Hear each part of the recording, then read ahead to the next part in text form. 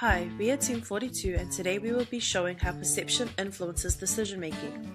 Perception is the process by which individuals organize and interpret their sensory impressions in order to give meaning to their environment. What we perceive becomes our reality. However, this may be very different from the objective reality. This is because we take shortcuts to make judgments. It is essential we realize the shortcuts we take and how they can result in significant distortions. A software startup company has come to us to ask how they can reduce biases when hiring a marketing graduate. The company is new, very passionate about their products and services, and hoping to find the best candidate to fit the role.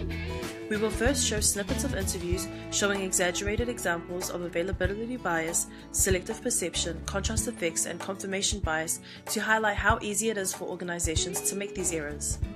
We will then present our structured approach that we believe will mitigate these biases. We are aware it is impossible to have a bias-free process, but it is important to be aware of them so we can navigate them the best we can.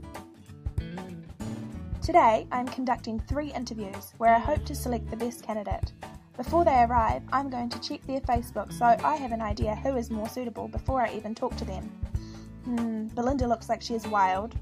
Wow, Jay looks like he's travelled the world. Daphne seems very serious. I'm really looking forward to meeting Jay. The interviewer has made a common mistake. She has shown availability bias by searching information readily available to her and making an assumption based on this. To reduce this, the interviewer should use the same questions for each candidate and record the same amount of information. Whereabouts are you from? Oh, I'm from a small town outside of Auckland. Oh, I also grew up in a small town. What hobbies and interests do you have? I love to go diving. Oh, I love to go diving too. I love how Belinda started out the same way I did. She goes diving in the weekends. That really shows she is outgoing. The interviewer has selectively interpreted the candidate based on her interests, background, and experiences. She has specifically looked for things in common and made assumptions from this, for example, diving. Selective perception may mean that the interviewer focuses more upon the similar interests, which can overpower the fact that the candidate may not be best suited for the role. This bias could be reduced by using a diverse interview panel with staff who have different backgrounds, knowledge, and experience, thus giving varied viewpoints.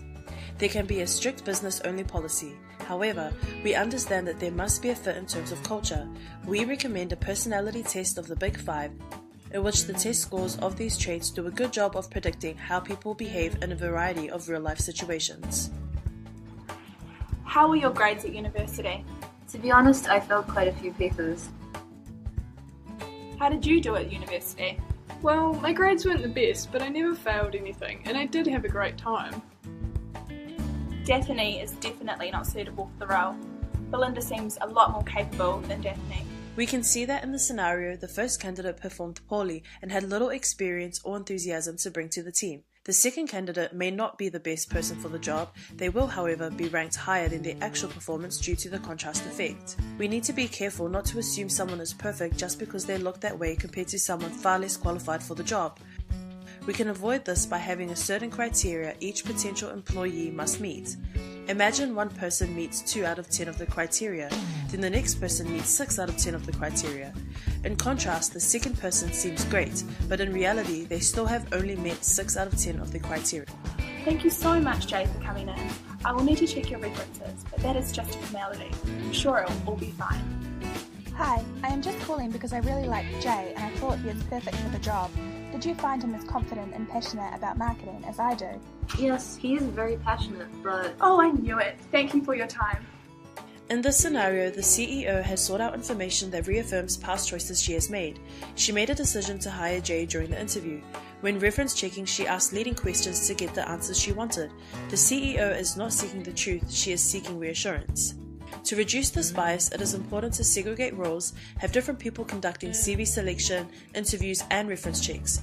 Use specific questions to gauge specific skills and traits.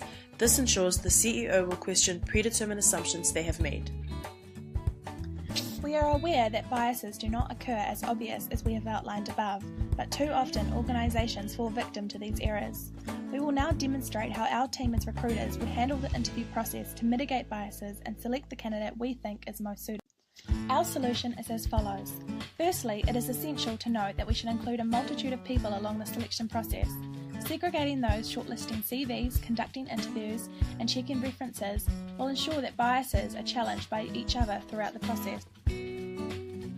Start with a rubric of all characteristics you are looking for in a candidate. This will be used throughout the entire process. It will ensure you are getting suitable candidates applying and you are focusing on relevant details when interviewing the candidates. This will reduce the contrast effect bias as you will be comparing the candidates to the rubric, not just each other. Then we'd like the following specific characteristics and skills. Needs to be a marketing graduate with at least a B+ average, great communication skills, creative, and is motivated. We will record answers through a 1 to 5 scale, with 1 being poor and 5 being excellent, and then tally up the overall score at the end. Use blind resumes. This will ensure you are only looking at the details and characteristics relevant to the job.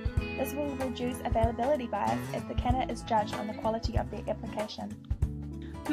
Applicant 2 has an A average. I can't see any teamwork activities listed in their CV.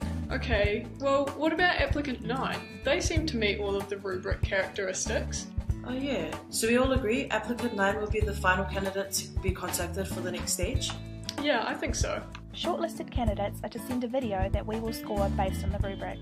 Multiple people higher up in the company can watch the videos and score the candidates at their favoured times. This will reduce selective perception as they will have to justify their scores on the rubric to each other.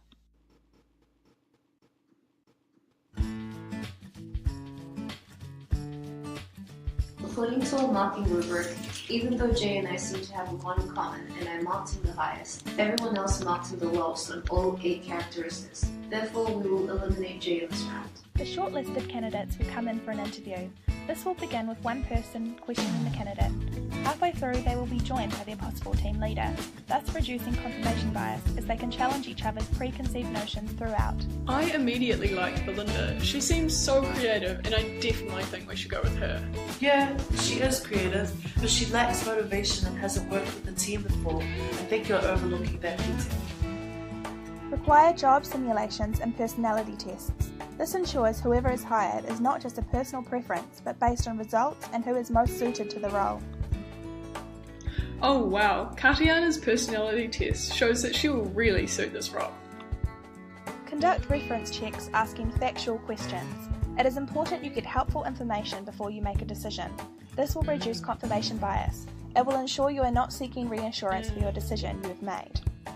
Oh hi there, I'm calling about Katiana. I understand she worked for you. Could you tell me a bit more about her contributions to the team? She was always actively contributing and a valued member of our organisation. Oh great, thanks very much. Provide feedback internally and to all candidates to explain why they were hired or why they were unsuccessful. This keeps you accountable to all decisions made.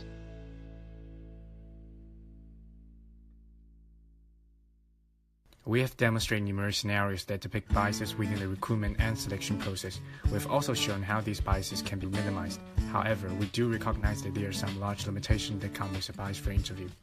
Firstly, costs in a startup company are typically closely monitored and efforts are made to reduce expenses. By having multiple employees engaged in the interviews can cost their time and detracts away from their current projects. Although segregating roles along the process can remove personal biases, you can also diminish the chance of building a relationship with future employees. This can hinder company loyalty and dedication to their job. Interviews are usually formal and can take time for everyone to feel comfortable with each other. Thirdly, availability and time may hinder the opportunity to have senior staff on the interview panel. Generally, these people could be on business out of the city or an important client meeting. Using software to ensure that candidates have blind CVs and can undergo quantitative, structured psychometric testing can incur a set of costs, depending on the number. The success of the rubric will depend on how good the interviewer's note-taking ability is in order to accurately record the answers. If the notes are inaccurate, the confirmation bias will not be fully mitigated as mistakes will be made in the decision process.